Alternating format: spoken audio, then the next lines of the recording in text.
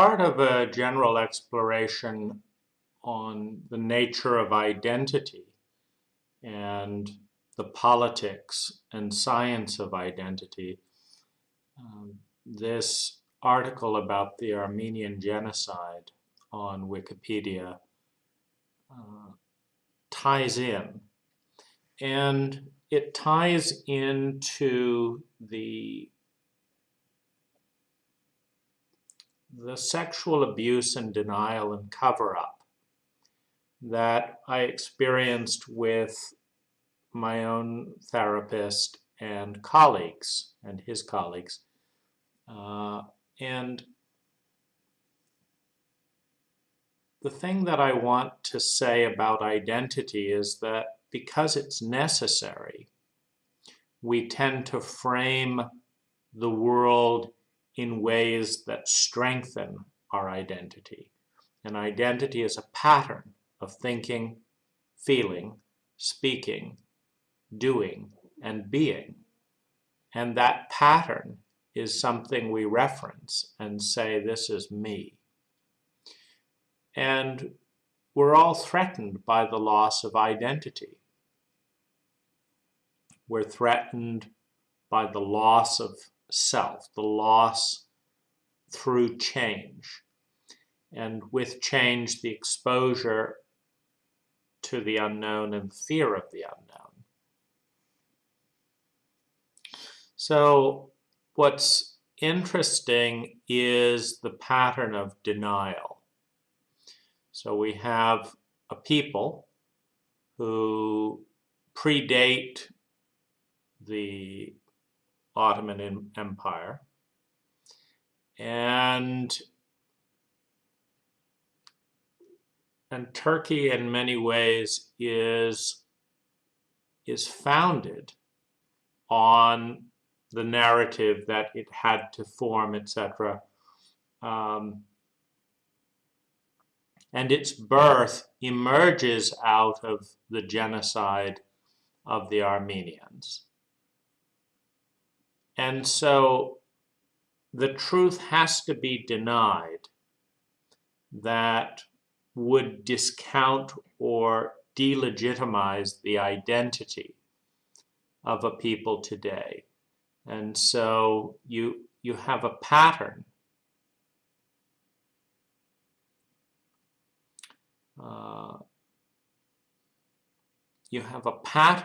of denial. So you deny the facts, you deny the intent, and you employ secrecy, silence, and subversion, and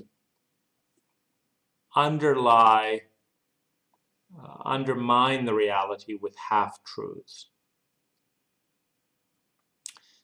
Denial was present from the outset as an integral part of the Armenian Genocide, which was perpetrated under the false guise of resettlement. Denial emerged because the Ottoman desired to maintain American neutrality in the war and German financial and military support. In May 1915, Russia, Britain, and France sent a diplomatic communique to the Sublime Porte condemning the Ottoman crimes against humanity and threatening to hold personally responsible for those crimes all members of the Ottoman government, as well as those of its agents who will be found implicated in similar massacres.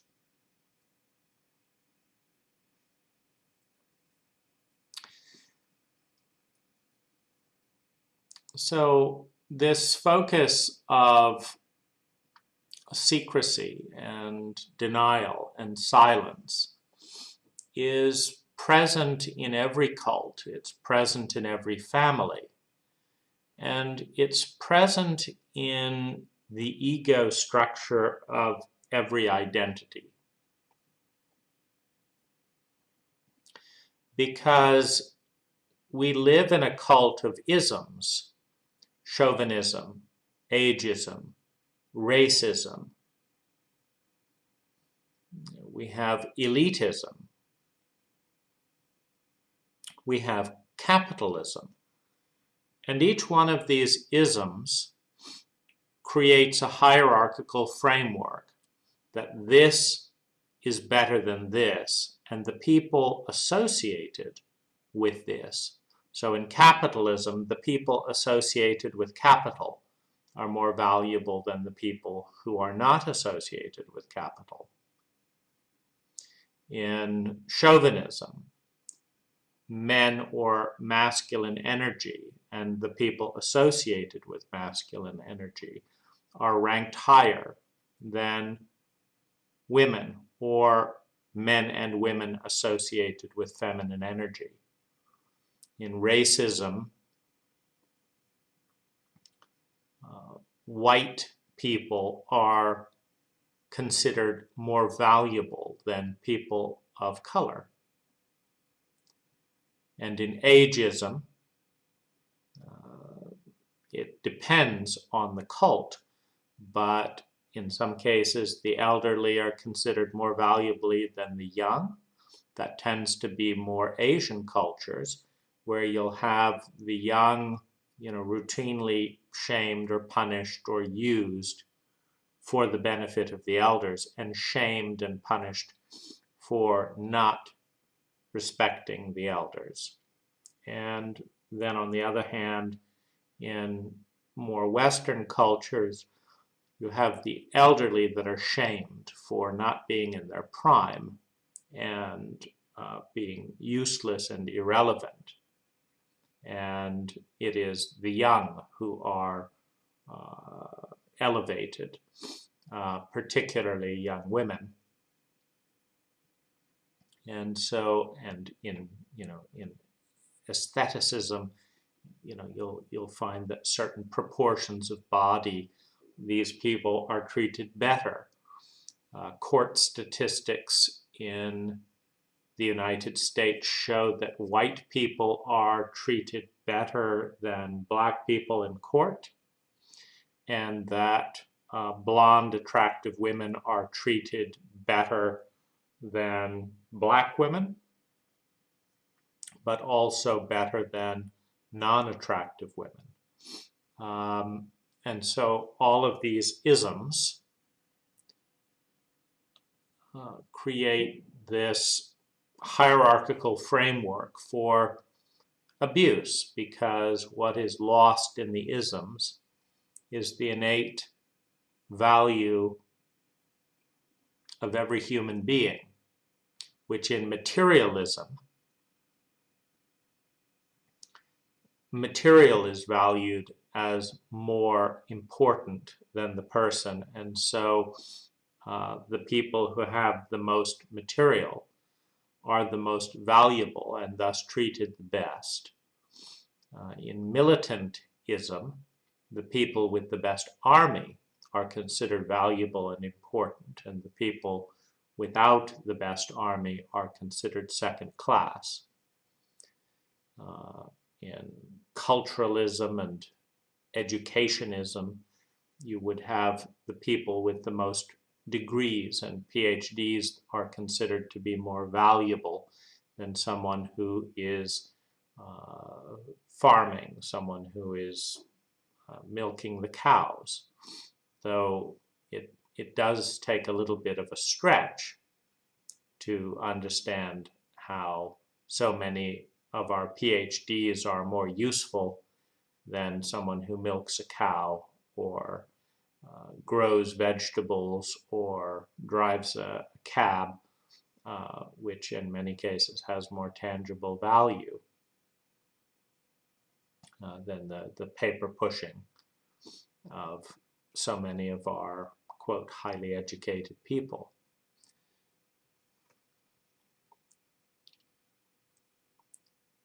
We all form a pattern of thinking, feeling, speaking, and doing. And in order to form an identity, we must deny the opposite. We must deny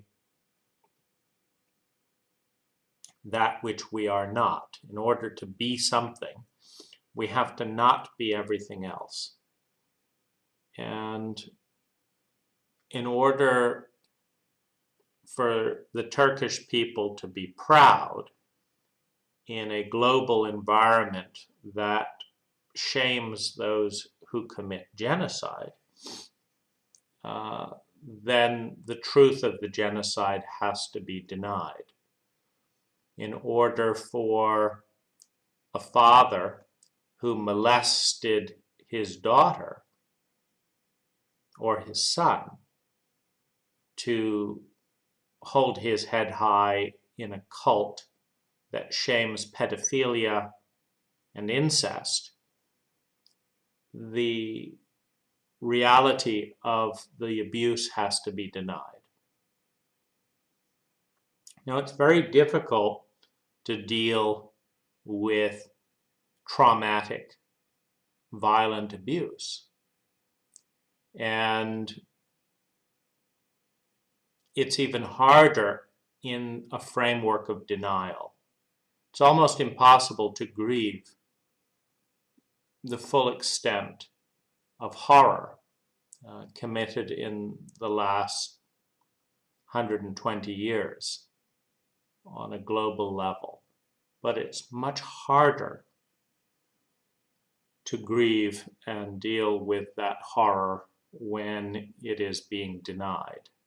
And yet we have a pattern of denial. And when we deny something, when we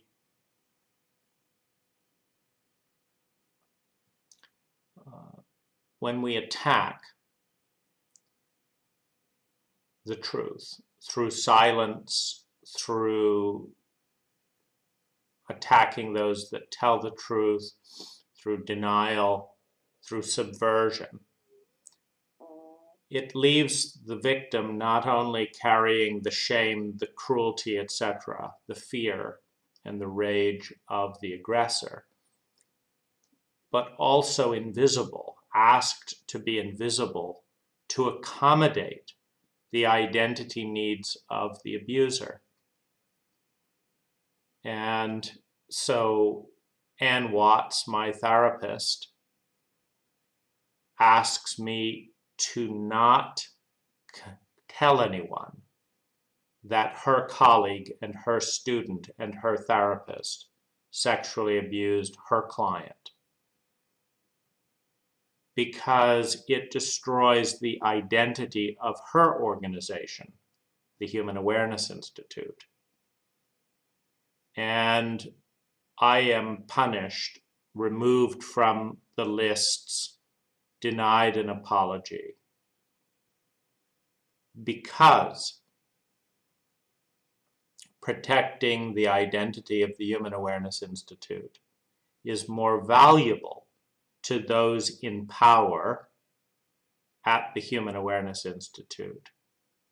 And you can see the absurdity. The Turkish government and country is not trying to found itself. Well, it's interesting because you can see that obviously lies do not fit well with Muslim traditions and Muslim beliefs. So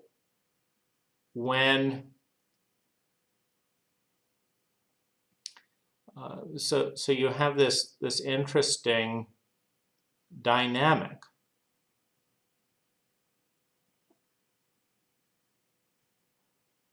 Treated Armenians and other non-Muslims as second-class citizens.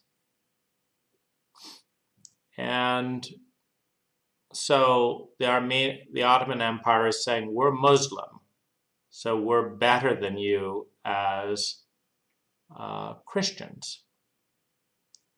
And of course, the exact same is true with the United States in its genocide of 1 million Iraqis, because this is the other thing in cult passing the bag is, the United States wants to maintain its identity as a great democracy, but in order to do so, it has to lie and bury the genocide of the Native Americans. In order to pretend to be focused on a war on terror, it has to downplay the terror it caused by killing 1 million civilian Iraqis as part of a war that was guaranteed, because the United States has 1,000 times more firepower than Iraq. So it's not a contest. It's a bullying dynamic. It's an invasion of another country. So you see here the insanity, the schizophrenia of pretending that we are Muslim, because Muslims don't commit genocide,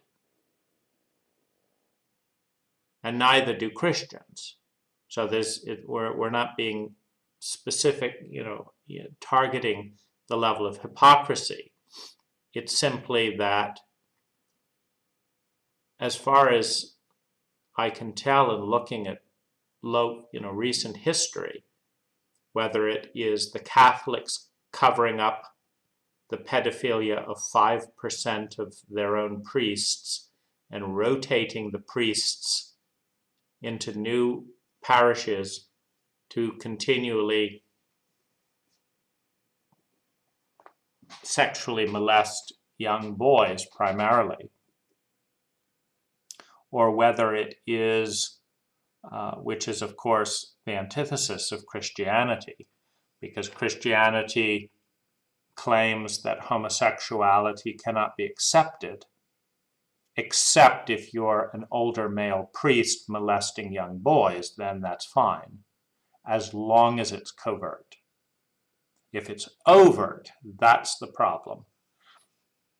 And with the Human Awareness Institute, it's fine to continue to hire my sexual abuser, Peter Sandhill, as long as no one knows that he's a sexual abuser. As soon as it might come out, then he has to be fired, but not when they know, only if it might hit the press. And these patterns are fractal in nature, and they have intergenerational effects. I looked this up tonight because my graphic designer, who is Armenian, has another migraine. And I've noticed that she's more sick than most people. And she's talked about how many people she's lost and tragedies in her family. Because when you have been at the receiving side of severe violation, whether you're African American and recovering from generations of brutality and slavery, or whether you're an Armenian who has ancestors who have been exterminated, and then other ancestors who have been intimidated into silence. That's what my therapist did to me. Why do you have to tell the community what happened?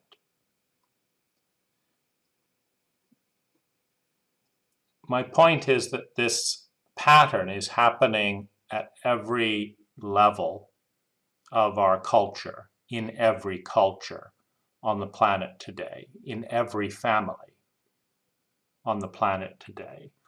And it's happening in the bullying of one persona over another. Andrew Cuomo in New York bullied reporters recently into hiding the fact that he was complicit in the death of elderly people in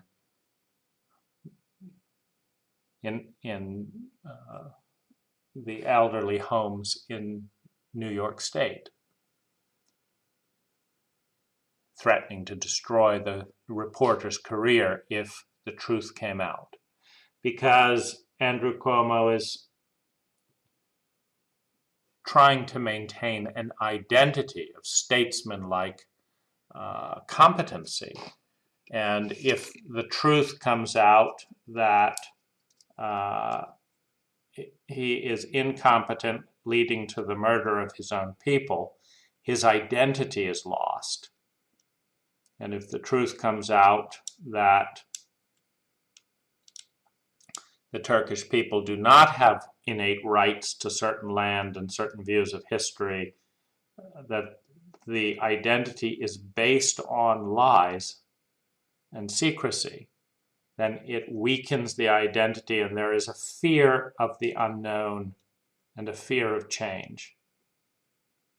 And in traumatized groups, in traumatized cultures around the world, the fear of change is the deepest fear of all, because it leads directly to the unknown, which leads to the fear of trauma and re-traumatization, which always emerges out of the unknown. And so we cling desperately and schizophrenically to identities that do not make any sense. You cannot terrorize people into being Christians, and yet that is exactly what the Spanish did all around the world. You cannot terrorize people into being Muslims. It is anti-Muslim to do so, and yet Muslims have no problem with that form of schizophrenic insanity. The Catholic Church has no problem with that form of schizophrenic insanity. The Ottoman Empire has no problem with such schizophrenic insanity. And my parents had no problem reading books about channeled entities and going to church and pretending to be Christian, and at the same time traumatizing and terrorizing their children, and then lying to them and pretending that it never happened. Many of us have witnessed at a very small level the genocide of innocence, the genocide of femininity, the genocide of truth and dignity for our feminine sides in a chauvinistic cult, and the denial of the genocide.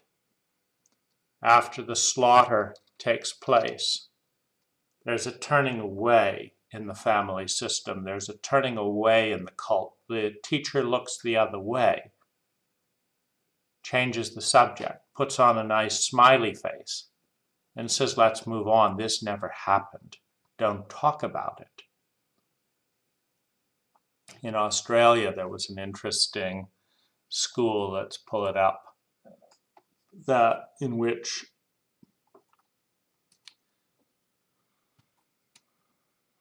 dozens and dozens of children all witnessed a UFO.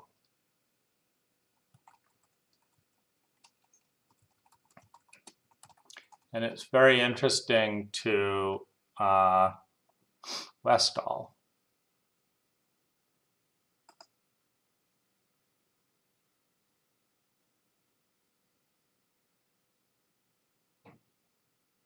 And what was interesting was that the teachers in a documentary, not only the children witnessed it, etc., but a teacher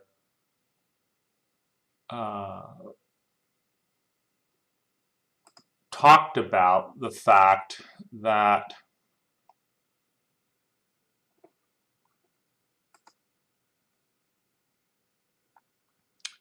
they were approached by government and asked to lie, and told that if they wanted to keep their jobs, they would not be allowed to talk about it.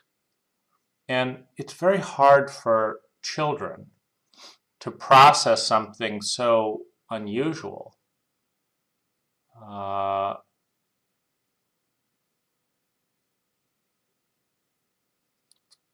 When you cannot talk about it and it is denied. And yet, because identities are rigid and dogmatic and highly simplistic, it's very difficult to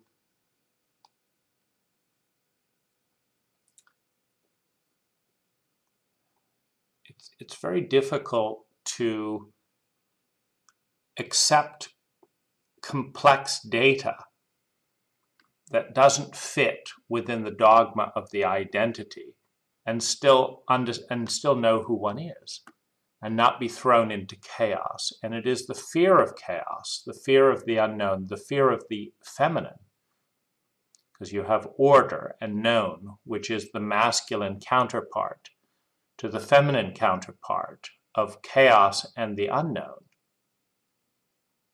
In a chauvinistic cult, the feminine is feared, is hated, and is blamed and attacked, and is viewed as a threat to the masculine dogma, whether it's the threat to the masculine dogma that all of the main religions have men at the top, or that all the main powers in the world have men or masculine women at the top. It's a threat to that dogma, to the status quo.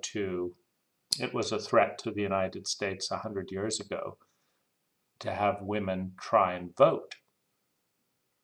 So it is interesting that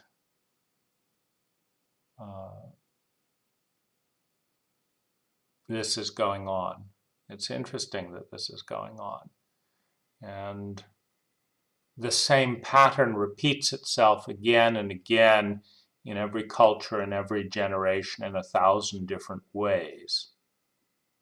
And when you're part of a cult that says, if you do this, you're weird and you'll be judged and you'll be thrown out, then the bullying becomes internalized. Then the politically correct persona on the inside the ego, says, don't you dare tell the truth. If you tell the truth, I will hate you. I want nothing to do with you. It's your fault. In other words, the anomalous data in our own experience and the parts of us that would talk about it are viewed with fear, hatred, and hostility by the personas that are attempting desperately to fit into the mold, to be normal in a sociopathic framework.